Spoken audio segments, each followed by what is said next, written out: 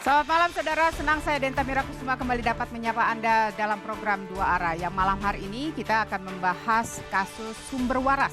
Kali ini kaitannya dengan kesimpulan Komisi Pemberantasan Korupsi beberapa hari lalu di DPR yang menyimpulkan bahwa sesuai penyelidikan selama 6 bulan, KPK menyimpulkan tidak ada upaya pelanggaran hukum dalam kasus pembelian lahan rumah sakit sumber waras oleh Pemprov DKI Jakarta.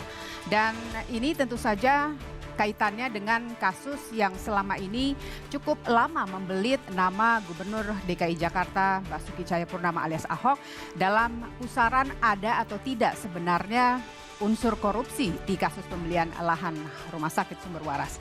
Yang menarik untuk dicermati sebenarnya saudara adalah ketika KPK menyimpulkan hasilnya seperti ini tentu bertentangan atau berbeda dengan hasil audit investigasi BPK, Badan Pemeriksa Keuangan, lembaga audit negara yang seharusnya berjalan beriringan dengan KPK. Dalam konteks sumber waras, maka muncullah pertanyaan setelah yang kesimpulan KPK ini. Penyelidikan siapa lalu yang bisa dipercaya oleh publik yang benar-benar waras dan benar-benar bisa diyakini oleh publik, tidak terkait dengan kepentingan ataupun terkait dengan tekanan politik tertentu. Ini yang akan kita bahas malam hari ini bersama 4 narasumber yang sudah hadir di panggung Dua Arah. Saya akan perkenalkan kepada Anda. Di sebelah kanan saya ada Bung Febri Henry, Koordinator Divisi Investigasi ICW. Selamat malam Bung Febri. Selamat malam Mbak Benta. Dan juga ada Pak Dadang Rusdiana, politisi Partai Hanura. Selamat malam Pak Dadang. Selamat malam. Assalamualaikum warahmatullahi wabarakatuh. Waalaikumsalam warahmatullahi wabarakatuh. Dan juga ada Pak Ferry Juliantono, Wakil Ketua Umum Partai Gerindra. Selamat malam. Mbak Denta. Ada Bung Roy Suryo, Wakil Ketua Umum Partai Demokrat. Selamat malam. Selamat malam. Di sini ramai pemirsa audiens saya dengan ada teman-teman dari STTPLN, ada STIMIK Widuri, ada Universitas Islam Jakarta, ada dari APP dan juga ada dari UPN Veteran. Selamat malam teman-teman. Terima kasih sudah hadir di Dua Arah. Dan bapak-bapak, mari kita berdebat sehat, mari beradu waras di kasus sumber waras, tapi tentunya kita simak dulu paket berikut ini. Komisi Pemberantasan Korupsi atau KPK akhirnya mengumumkan status hukum kasus rumah sakit sumber waras. Di depan Komisi 3 DPR, Komisi Anti Rasuah itu menyatakan tidak ada tindak pidana yang dilakukan pemerintah Provinsi DKI Jakarta dalam kasus pembelian lahan milik rumah sakit sumber waras. Ya intinya belum cukup semuanya untuk ditingkatkan ke tingkat penyidikan. Itu masih dalam tahap penyelidikan sampai hari ini. Itu aja. Forensiknya Pak? Ya bukan cuma hasil forensiknya. Mulai dari, kan sudah banyak kita periksa saksi-saksi, bahkan sudah pernah gelar juga dengan BPK sebelumnya. Jadi dari semua yang kami dapatkan sekarang itu belum cukup untuk ditingkatkan untuk penyidikan. Pernyataan KPK ini bertentangan dengan hasil audit investigasi Badan Pemeriksa Keuangan BPK sebelumnya. Badan yang dipimpin Harti Azhar Aziz itu menyatakan ada indikasi kerugian negara sebesar 191 miliar rupiah dalam proses pembelian tersebut. Kasus sumber waras di KPK telah bergulir sejak Juli 2015. Saat itu KPK menerima aduan masyarakat terkait hasil pemeriksaan BPK atas laporan keuangan Pemprov DKI Jakarta tahun 2014. Hasil laporan BPK itulah yang menyebutkan proses pembelian lahan rumah sakit sumber waras tidak memadai dan merugikan negara. Kasus ini kemudian seolah jadi batu sandungan Ahok untuk maju sebagai calon gubernur DKI Jakarta. Berbagai demonstrasi kerap digelar di gedung KPK yang menuntut Ahok ditangkap atas kasus dugaan korupsi sumber waras. Kini, sejumlah pihak mempertanyakan apakah KPK telah menyelidiki kasus ini dengan benar tanpa kepentingan politik atau memang audit investigasi BPK sejak awal sudah bermasalah. Itu tadi sekelumit review apa yang terjadi dalam kasus sumber waras dan satu pertanyaan singkat untuk 4 narasumber saya di segmen 1 ini. Apakah kesimpulan KPK atas kasus sumber waras bisa dipercaya? Saya mulai dengan Pak Febri, silakan. Ya, kalau kami memandang apa yang sudah disampaikan oleh pimpinan KPK di DPR itu sudah benar. Ya, kami sudah mengkaji begitu berdasarkan bukti-bukti yang kami miliki bahwa belum ditemukan bukti yang ada perbuatan melawan hukum ya, dan juga mengakibatkan kerugian negara. Kira-kira begitu. bukti yang ICW miliki sama dengan KPK? Kami mengidentifikasi ada sekitar 13 perbuatan ya terkait dengan proses mulai sejak dari perencanaan sampai pembayaran, dan semua perbuatan itu kami lihat apakah sesuai prosedur apa tidak begitu, dan sementara kami melihat memang hampir sebagian besar sesuai dengan prosedur yang ada, dan ada beberapa yang ada 2 diantaranya yang menurut kami kayaknya ada sedikit melanggar aturan yang ada begitu. Tapi 2 yang melanggar aturan itu kita lihat juga sebenarnya juga tidak punya hubungan implikasi terhadap kerugian negara. Ya, misalkan soal uang persediaan ya, itu memang cukup janggal begitu ya.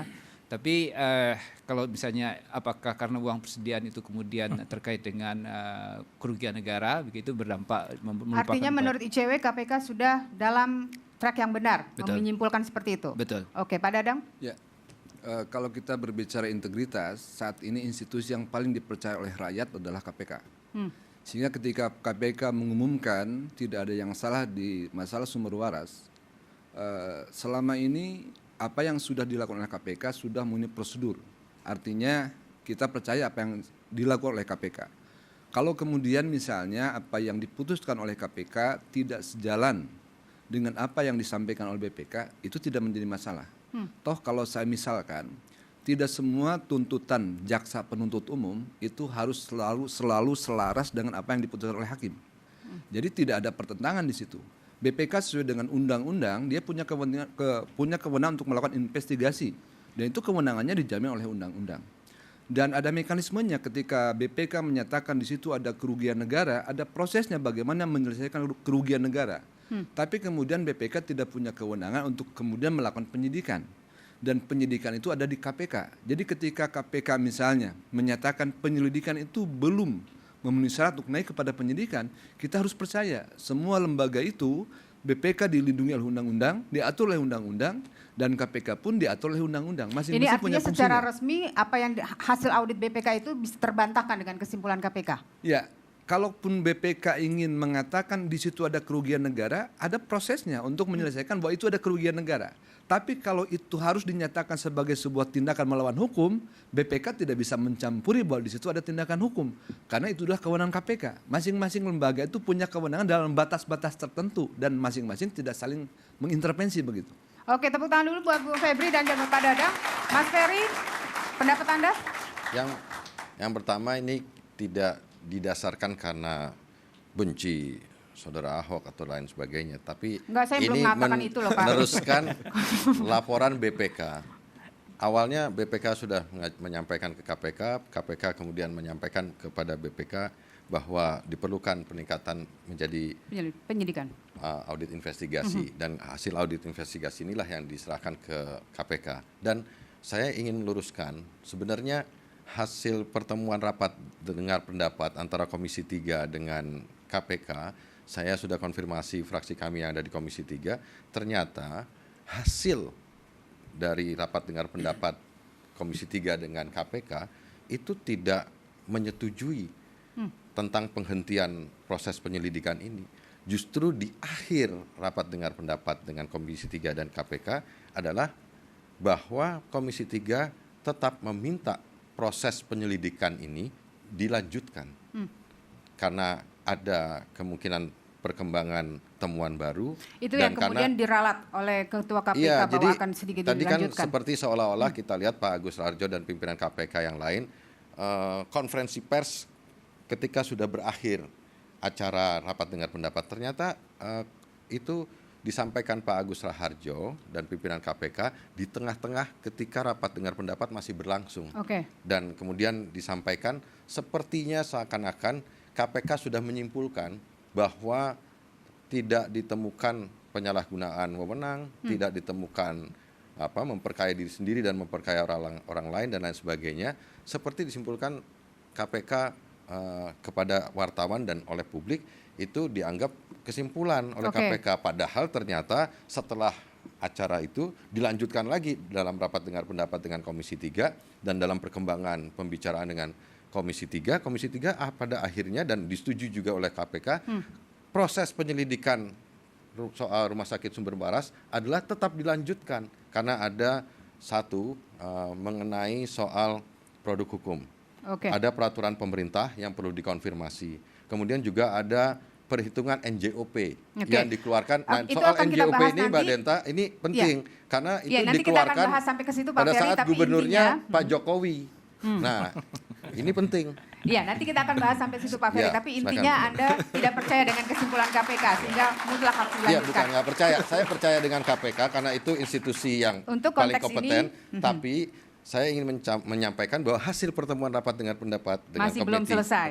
dan konklusinya Akan adalah dilanjutkan. dilanjutkan proses Oke. penyelidikan. Ya, Jadi biar nggak salah. Gitu. Baik, Bung Roy. Ya, saya melihat kasus Sumber Waras ini bisa membuat rakyat menjadi tidak waras, ya, gitu. Karena apa? Karena sebenarnya saya memperkuat apa yang tadi disampaikan Pak Ferry, bahwa yang di DPR, kebetulan Pak Dadang kan masih di DPR, ya, gitu. Saya belum masuk lagi DPR, ya. Tetapi kesimpulan hasil di DPR itu tidak bisa hanya disampaikan secara sepenggal-sepenggal seperti yang disebutkan Pak Agus Raharjo. Apalagi itu memang hanya disampaikan pada saat apa? Pada saat break. Kenapa juga pada saat break? Mbak Denta dan Kompas pasti ingat bahwa ada yang namanya deadline. Ada yang namanya agenda setting juga. Beliau menyampaikan itu karena dikejar deadline. Itu sudah hampir buka dan kemudian itu pas hari pertama. Dan ketika itu belum selesai rapatnya dan kemudian buru-buru sudah disampaikan dan TV tetangga terutama itu juga sudah memuat bahwa kasus Sumber Waras TV sudah tetangga selesai. itu Tapi kan mungkin tidak secetek itu Pak. Maksudnya Iya. konteks ini kan Betul. harusnya melalui Dan penyelidikan Pak Agus sebelumnya. Raharjo dan KPK dan tadi Pak Laude itu sebenarnya bermain cantik. Beliau tidak mengatakan kasus ini berhenti pada tahap penyidikan, penyelidikan tidak, tapi belum memenuhi syarat untuk penyidikan. Jadi belum memenuhi syarat. Jadi masih ada harapan doa seluruh rakyat Indonesia, insya Allah kasus ini akan naik ke penyidikan. Oke. Gitu loh. Jadi masih ada kalimat-kalimat itu dan yang menarik perhatikan juga ketika hari kedua, ketika rapat dengar pendapat lagi dengan DPR, sudah tidak lagi banyak TV yang memuat. Seolah-olah sudah ngambil kesimpulan dari Pak Agus Raharjo di hari pertama. Ya. Padahal isi hari pertama itu saya sudah baca kesimpulannya. Isi hari pertama itu baru mendengarkan pendapat dari DPR, Oke. belum Pak Agus belum menjawab dan ketika sudah menjawab, jawabannya itu tidak ada di TV. Ini kan aneh juga. Jadi ada sesuatu yang salah di sini. Saya sebagai orang yang agak ya mungkin sedikit baca soal media, ya. Ini melihat agenda setting tadi. Jadi Ada mari agenda kita setting. ya, dan itu jelaslah dikuasai oleh apa yang disebut oleh Ketua Umum kami dari Partai Demokrat beberapa hari yang lalu ketika menyampaikan refleksi, ada invisible hand yang sekarang itu menguasai. Kasihan pers. Dibuat seolah-olah tidak berdaya. Oke, ya, kita akan terhadap bahas itu situasi nanti Mas negeri Roy. ini sekarang. Ya. Pemirsa sesaat lagi kami akan kembali tetap di Dua Arah.